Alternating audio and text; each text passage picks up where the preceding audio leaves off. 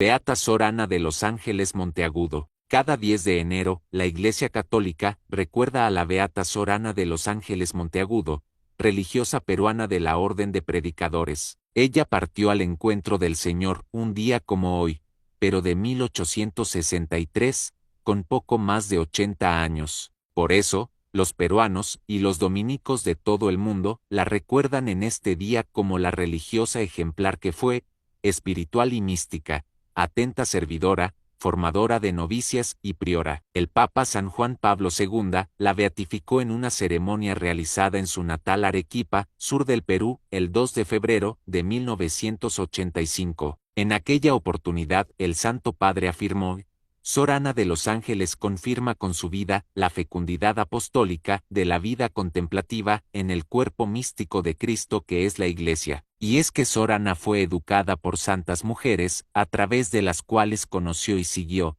en tierras americanas, los pasos espirituales de Santa Catalina de Siena. Enamorada de Cristo, Sor Ana nació en la ciudad de Arequipa, Perú, a inicios del siglo XVII. Según la costumbre de la época, fue internada en el monasterio local para su educación e instrucción. Dicho monasterio pertenecía a la rama femenina de la Orden de Predicadores dominicas. Al concluir su educación, regresó al hogar a petición de sus padres, quienes querían casarla, pero ella se opuso a tal voluntad y expresó su deseo de ser religiosa. Ana no descubría mayor agrado en los halagos del mundo, ni le interesaba la idea de un ventajoso matrimonio. Ella quería entregarle su vida a Cristo y nada más. Incluso, estaba dispuesta a defender su ideal de vida frente a la indignada reacción de sus padres. Se cuenta que un día, estando de vuelta en el siglo, tuvo una visión de Santa Catalina de Siena en la que la santa le mostraba el hábito de las monjas dominicas de clausura. Para Ana,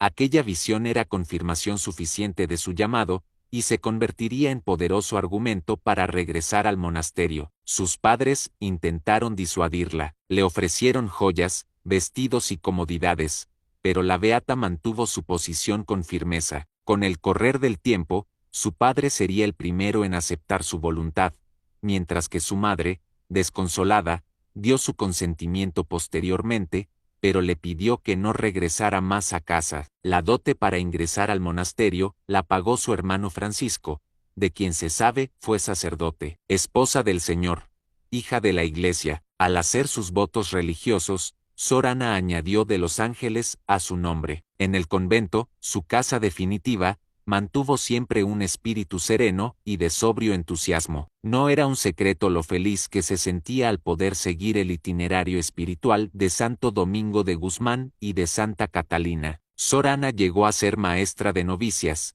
y, tiempo después, priora. Muchas historias se cuentan sobre aquellos días. Por ejemplo, se dice que Sor Ana siempre se sintió incapacitada para el puesto más alto en el monasterio, pero que repetía continuamente que hacía su mejor esfuerzo para servir a Dios en el lugar que le había confiado. Algunas de esas historias evocan los intentos de rebelión de sus hermanas y más de un complot para envenenarla. La causa, el descontento con las medidas de austeridad que Sor Ana había impuesto, y su orden expresa de que las religiosas solo vistieran sus hábitos, sin ningún adorno adicional, una vuelta al espíritu esencial de la orden. Así, Sor Ana terminó encabezando una reforma radical del monasterio, centrada exclusivamente en el deseo de santidad.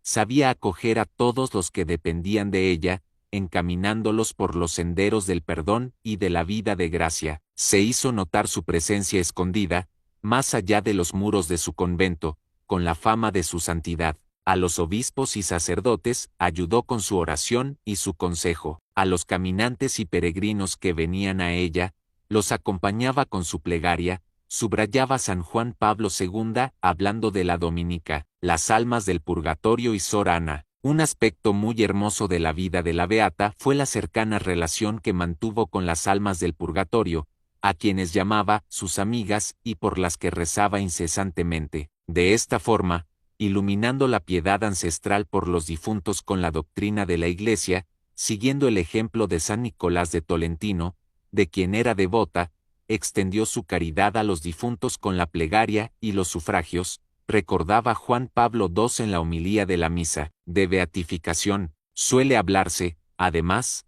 de su don de profecía. Sor Ana predijo varias veces en torno a las enfermedades de sus allegados, para algunos predijo la cura, y en otros casos, la muerte inevitable, vejez, enfermedad y plenitud espiritual. Sus últimos años de vida, sufrió una ceguera que la limitó muchísimo, a la que se sumó cierta dificultad para caminar. Sin embargo, jamás se escuchó una queja de su boca, aceptó con humildad y serenidad esos dolores. Sor Ana de los Ángeles Monteagudo murió el 10 de enero de 1686, a los 83 años de edad. 10 meses después, su cuerpo fue exhumado, encontrándose en buen estado, incluso con cierta flexibilidad de músculos y articulaciones, y expidiendo un aroma fresco. Poco tiempo después, se empezaron a reportar numerosos casos de personas que, por encomendarse a su intercesión o tocar alguna de sus reliquias,